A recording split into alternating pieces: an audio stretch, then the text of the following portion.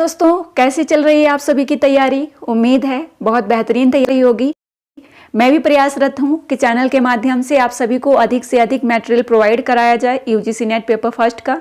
तो अभी मैं लेकर आ चुकी हूं आप सभी के लिए पेपर फर्स्ट यूनिट 4 कम्युनिकेशन, जिसको हम संप्रेषण कहते हैं, संचार कहते हैं, उससे ये क्लास जो है संबंधित है। और इससे पहले मैं आप सभी को रिसर्च और टीचिंग की क्लास उपलब्ध करा चुकी हूँ और ऑल यूनिट से भी काफ़ी क्लासेस मैंने अपलोड की हैं। तो सभी क्लासेस को देखते रहिए और कमेंट बॉक्स में बताते रहिए कि आपको क्लासेस कैसी लग रही हैं। और साथ ही आप ये भी बता सकते हो आप किस टॉपिक पर क्लास चाहते हो। साथ ही आप सभी के लिए टेलीग्राम चैनल है, बहुत सारे लोग ज्वाइन कर चुके हैं। वहाँ पे UGC net paper first PYMCQs youth competition की फुल PDF बिल्कुल फ्री में उपलब्ध है, आप जाके पढ़ सकते हैं। बहुत सारी PDF उपलब्ध हैं। यदि आप हिंदी साहित्य और हिंदी व्याकरण के विद्यार्थी हैं तो आपको पता होगा कि मैं हिंदी व्याकरण भी पढ़ाती हूँ, हिंदी साहित्य भी पढ़ाती हूँ नेट JRF के लिए और इन सभी एग्ज़ाम के लिए जो यहाँ पे आप देख रहे हैं। और साथ ही बहुत सारी PDF, लगभग 500 PDF टेलीग्राम पर उपलब्ध हैं। साथ ही अभी जनवरी एग्ज़ाम के लिए हमारे कुछ साथियों की रिक्वेस्ट पर मैंने स्पेशल क्लास लॉन्च की है, जिसमें प्राइवेट क्लासेस होंगी, लाइव क्लासेस होंगी। डेली जो है हम रिवीजन करेंगे अधिक से अधिक मटेरियल, जिससे हम पेपर फर्स्ट में अच्छा स्कोर कर सकें। तो जिनको पेपर फर्स्ट में ना प्रॉब्लम है वो लोग ज्वाइन कर सकते हैं। जिनको लग रहा है कि पेपर फर्स्ट से हमारा रुक जाएगा, तो अभी आपके पास टाइम है। जो लोग ये बोल रहे हैं कि मैम क्या 15 दिन में कवर हो जाएगा, साथियों यही तो टाइम है कि ताज़ा ताज़ा आप लोग पढ़ेंगे और जाके अपने एग्ज़ाम में उसको देखेंगे। राइट, पहले से पढ़ा है, बहुत सारी चीज़ें भूल जाते हैं, लेकिन अभी जितना ज़्यादा टाइम देंगे, जितना ज़्यादा रिवीजन करेंगे, वो सारी चीज़ें वहाँ आपको देखने को भी मिल सकती हैं। राइट, तो होता ही है पेपर फर्स्ट के लिए, जितना ज़्यादा आप रिवीजन करेंगे, जितना ज़्यादा MCQs लगाएंगे, PYMCQs लगाएंगे, उतना ही अच्छा आपका स्कोर रहेगा। और ये चीज़ मैंने सीखी है 2017 से अभी तक कि पेपर फर्स्ट के लिए जितना ज़्यादा आप प्रैक्टिस करेंगे उतना ही बेहतर रहेगा। तो मेरी जो क्लासेस रहेंगी उनमें हम अधिक से अधिक क्वेश्चन लगाएंगे, विद एक्सप्लेन मटेरियल प्रोवाइड कराएंगे। और क्लासेस रहेंगी, PDF नहीं, PDF आपको मिलेगी बट क्लास के साथ क्लास होगी, वो PDF आपको प्रोवाइड कराया जाएगा ताकि आप उसका रिवीजन कर सकें। ठीक है, दिन में 2 से 3 क्लासेस रहेंगी, तो समझ सकते हो बहुत ही फोकस के साथ स्टडी होनी है। तो पेपर फर्स्ट में अगर आपको लग रहा है कि आप नहीं कर पा रहे हैं तो आप क्लास को ज्वाइन कर सकते हैं व्हाट्सएप के माध्यम से, टेलीग्राम के माध्यम से। ठीक है, और इसके लिए लास्ट डेट जो है 21 दिसंबर है। 21 दिसंबर के बाद कोई ज्वाइन नहीं कर पाएगा। 21 दिसंबर लास्ट डेट होगी एडमिशन के लिए। तो जिनको भी ज्वाइन करना है 21 तारीख से पहले ज्वाइन कर लीजिए, क्योंकि 20 तारीख से क्लास स्टार्ट हो जाएंगी, फिर कोई मतलब नहीं है। राइट, तो मेहनत करेंगे और सफलता हासिल करेंगे। तो चलिए स्टार्ट करते हैं आज की क्लास। तो साथियों, ये हमारी कम्युनिकेशन की क्लास रहेगी और मेरी भाषा शैली जो है वो बहुत आसान तरीके से मैं चाहती हूँ कि हमारे साथियों को समझ आए चीज़ें और आसानी से वो लोग समझ पाएँ और अपने एग्ज़ाम के लिए तैयार हो पाएँ। सफल होने के लिए हमें पहले यह विश्वास करना होगा कि हम यह कर सकते हैं। I can do it, I can do it, you can do it. Okay, चलिए पहला प्रश्न हमारे सामने है कम्युनिकेशन का। ठीक है, आप लोग भी आंसर दे सकते हैं। वैसे मैंने इंग्लिश का भी लिया है, बट इंग्लिश से क्या होता है ना, इंग्लिश के लिए आप बहुत सारे चैनल हैं उनको फॉलो कर सकते हैं। अगर आपको इंग्लिश में ही पढ़ना है तो आप बहुत सारे चैनल हैं उनको फॉलो कर सकते हैं। ठीक है, तो मैं यहाँ पे हिंदी मीडियम में ही पढ़ाना चाहती हूँ कि अधिक से अधिक जो ग्रामीण क्षेत्र से बच्चे हैं, क्योंकि देखिए सक्सेस हासिल करनी है। हाँ, इंग्लिश भी आनी चाहिए आपको, क्योंकि आपका क्वेश्चन अगर आपको हिंदी में नहीं पढ़ने में आ रहा है तो इंग्लिश में जाके आप अच्छे से पढ़ सकते हैं, समझ सकते हैं। राइट, तो इस तरीके से आप कम्युनिकेशन कर सकते हैं। चलिए, जब संचार का प्राथमिक कार्य नई सूचना प्रेषित करना हो तो उसे किस रूप में जाना जाता है? संचार जो है उसका प्राइमरी जो वर्क है उसको न्यू जो इन्फॉर्मेशन प्रेषित करना है तो उसे किस रूप में जाना जाएगा? तो मैं आपको प्रश्न पढ़ूंगी और डायरेक्ट आंसर बताती चलूंगी, क्योंकि इस समय आपके लिए यही सबसे बेहतर रहेगा। ठीक है, तो क्या क्लास में यही है, लेकिन अगर मैं जो हमारी प्राइवेट क्लास रहेंगे उसमें एक्सप्लेन करेंगे और भी जो क्लासेस आ रही हूँ उसमें भी एक्सप्लेन कर रही हूँ, ठीक है। और अधिक पढ़ना है आपको तो टेलीग्राम पे जाके PDF में पढ़ सकते हैं। तो ये होगा निर्देशात्मक कार्य, ठीक है, निर्देशात्मक कार्य सही जवाब होगा। अगला जो हमारा प्रश्न है, यहाँ पे इंग्लिश में भी लिखा है, आप चाहें तो इसको पढ़ सकते हैं, ठीक है, क्योंकि इतना टाइम नहीं है कि मैं प्रश्न को पढ़ के फिर आंसर आपको बता पाऊं। यहाँ पे संवाद के 4 सूत्रों में से एक मात्रात्मक सूत्र निम्नलिखित में से किसकी सही मात्रा को प्रतिबिंबित करता है? तो यहाँ पे आपका जो है इंफॉर्मेशन, ठीक है, information, one of the 4 maximum of conversation, quantity maximum reflect the right amount of, तो इंफॉर्मेशन होगा, ठीक है, सूचना होगा, 4 ऑप्शन होगा यहाँ पे, क्योंकि ये मात्रात्मक है ना, मात्रात्मक सूत्र इसमें ऐड किया गया है तो इसलिए। अगला प्रश्न आप देखेंगे यहाँ पे क्या है हमारा, निम्नलिखित में से कौन से संदर्भात्मक कारण संचार व्यवहार में अर्थ का निर्धारण करते हैं? संदर्भात्मक कारण संचार व्यवहार में अर्थ, मीनिंग निकालते हैं। तो ये आपका होगा शारीरिक स्थिति, ठीक है, और प्रतिभागी और पूर्वगामी घटनाएं, इन्हें नोट डाउन कर लीजिएगा। ABC आपका सही जवाब होगा। अगला प्रश्न है कि निम्नलिखित में से कौन से संचार में समीप्य विद्या के क्षेत्र से संबंधित है?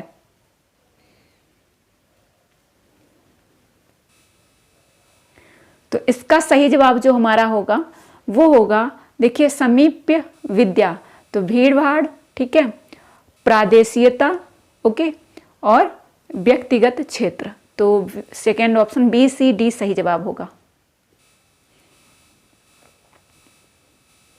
अगला प्रश्न, बौद्ध धर्म के अनुसार भाषाई संरचना का प्रयोग नैतिक सोच को अंगीकार करने के लिए किया जाना चाहिए और बौद्धों द्वारा समालोचनात्मक आत्मावलोकन को अंतःव्यक्तिक संचार के हिस्से के रूप में वरीयता नहीं दी जाती है। तो ये प्रश्न मैं भी करा चुकी हूँ पहले भी। तो अंतःव्यक्तिक संचार का जो मेन वरीयता दी जाती है वो धर्म में ही दी जाती है। तो ये सही होगा। और जो फर्स्ट असेसमेंट है जो वो सही है और सेकेंड गलत है, ठीक है।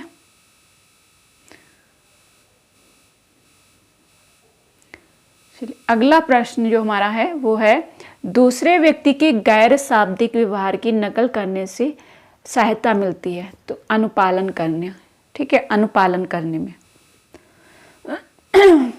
अगला प्रश्न हमारा है,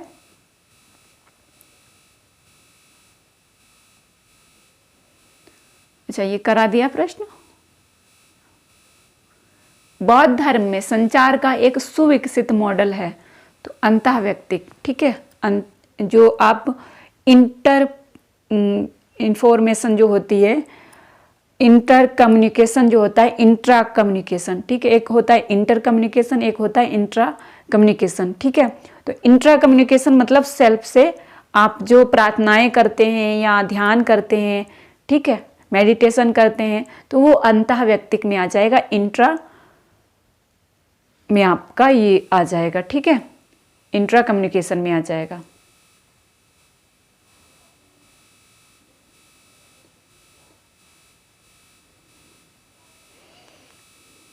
यहां पे देखिए अगला प्रश्न जो हमारा है,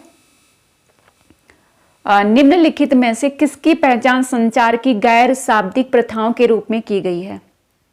गैर शाब्दिक जिसमें शब्द ना आए, ठीक है, जिसमें शब्द ना आए तो गैर शाब्दिक। तो भाषण देंगे तो शब्द होंगे, स्वराघात जब बोल रहे हैं तो स्वराघात होगा, कभी लो में कभी हाई, ठीक है, स्वराघात इसी को कहते हैं। तो ये तो दोनों होंगे नहीं, ए बी जिसमें होगा वो कट जाएगा। आंसर आ गया CD।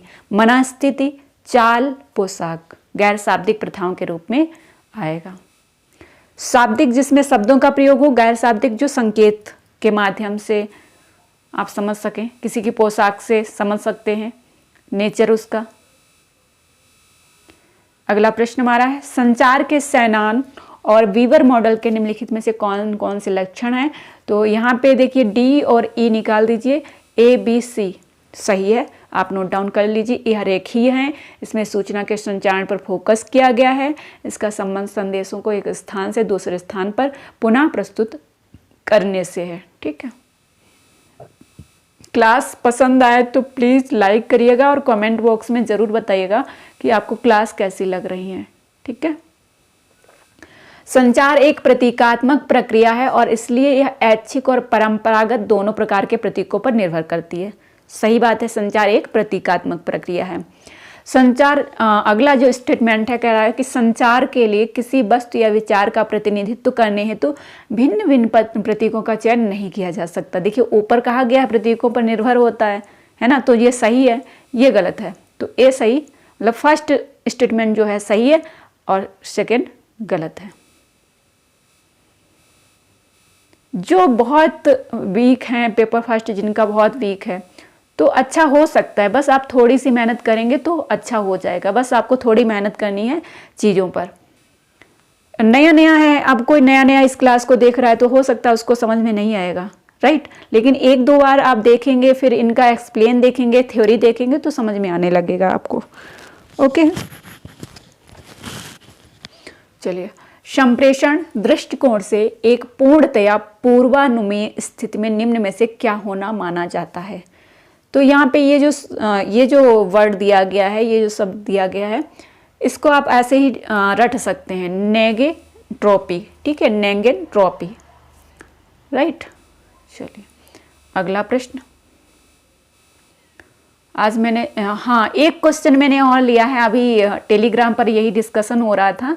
अब इस प्रश्न को देखिएगा, निम्न में से कौन सी प्रतिज्ञप्तियां इस प्रकार संबंधित हैं कि विरोधी वर्ग के अनुसार दोनों असत्य नहीं हो सकती हैं, यद्यपि वे दोनों सत्य हो सकती हैं। तो मैंने एग्जाम्पल दिया, वहां पे क्या था, दोनों असत्य हो सकते हैं, सही नहीं हो सकती। अब आप समझिएगा कि यहाँ पे जो ये रीजनिंग का क्वेश्चन है, ठीक है, ये रीजनिंग के ऐसे ही प्रश्न बनते हैं विरोध वर्ग वाले। तो इसमें क्या होता है कि आप अपने, जब इस तरीके से प्रश्न बनता है कि असत्य नहीं हो सकते, सत्य हो सकते हैं, तो आप सोचिए कि आपके घर में कोई प्रोग्राम है, तो आपने बताया है कि मेरे घर कोई रिश्तेदार नहीं आया, तो ऐसा संभव नहीं है। अगर आप इनवाइट करेंगे तो कुछ लोग तो आएंगे, और आप ये भी नहीं बोल सकते कि सभी लोग आ गए। यही मैंने एग्जाम्पल वहाँ पे बताया कि इसमें आप यही ऐड कर सकते हैं, तो सभी रिश्तेदार भी नहीं आते हैं, तो ये गलत हो जाएगा। सभी नहीं आए या कोई नहीं आया, ये दोनों एक साथ गलत हो जाएंगे। लेकिन आप ये कह सकते हैं कि कुछ आए हैं और कुछ नहीं आए हैं। ठीक है, तो जब कुछ आए हैं कुछ नहीं आए हैं, दोनों सत्य हो सकते हैं। ठीक है, सत्य हो जाएंगे, मतलब कुछ कपिबंदर होते हैं और कुछ कपिबंदर नहीं होते हैं, ये दोनों एक साथ सत्य हो सकते हैं। लेकिन समस्त कपिबंदर होते हैं, कोई भी कपिबंदर नहीं होते हैं, ये दोनों असत्य होंगे। ठीक है, दोनों एक साथ असत्य हो जाएंगे। तो हमारा सही जवाब क्या होगा, आप लोग जो है कमेंट बॉक्स में लिखा करिए। ठीक है, जब क्वेश्चन पूछती हूँ तो आंसर देने में आपको क्यों शर्मिंदगी लगती है, जब आप एग्जाम के लिए तैयारी कर रहे हैं, मैं इतनी मेहनत करके क्लास बनाती हूँ, राइट, तो आप लोग आंसर दे सकते हैं। ठीक है, चलिए, तो हमारा सही जवाब क्या होगा, ए और सी, मतलब थर्ड ऑप्शन। और आप जाके देख भी सकते हैं, आप जाके ये PYMCQs में आपको मिल जाएंगे। ठीक है, अगला प्रश्न है, चुनाव अभियानों में राजनीतिक मुद्दों को प्रयोजन अनुकूल बनाने के लिए फ्रेमिंग की संकल्पना का प्रयोग निम्न में से किसके द्वारा किया जाता है। तो छल साधक, स्पिन डॉक्टर के द्वारा। अगला प्रश्न हमारा है, निम्न में से कौन कौन प्रकट अधिसंप्रेषण के उदाहरण हैं। प्रकट अधिसंप्रेषण, तो मौन अनुताप और चक्षु संपर्क का परिहार, ये काट दीजिए। क्षमा याचना, बहाने, स्पष्टीकरण, इनको नोट डाउन कर लीजिए। CDE थर्ड ऑप्शन सही जवाब हो जाएगा। कौन कौन प्रकट अधिसंप्रेषण के उदाहरण, क्षमा याचना, बहाने, स्पष्टीकरण। अब ये चीज़ें समझनी होंगी, थोड़ी कुछ चीज़ें समझनी होती हैं, कुछ चीज़ें रटनी होती हैं साथियों। ठीक है, अब यहाँ पे देखिए बौद्ध वाला प्रश्न एक बार फिर से आ गया है कि बौद्ध मतावलंबी संप्रेषण की भाषा को दिव्य उपहार मानते हैं, तो ये गलत है। ठीक है, बौद्ध मतावलंबियों का यह दृष्टिकोण है कि संप्रेषण हेतु भाषा का सामाजिक संदर्भों व परिस्थिति अनुसार क्रमिक विकास होता है। ठीक है, तो ए असत्य है और मतलब फर्स्ट स्टेटमेंट गलत है और सेकंड सही है। तो आपका 4 ऑप्शन सही जवाब हो जाएगा।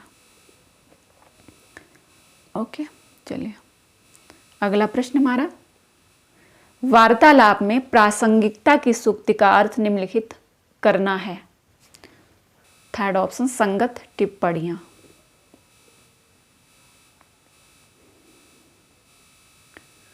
अगला प्रश्न, सांस्कृतिक परिवेश को समझने में विफलता से निम्नलिखित हो सकता है गलत संप्रेषण। सांस्कृतिक परिवेश को समझने में विफलता है ना, विफलता है तो गलत संप्रेषण हो रही है।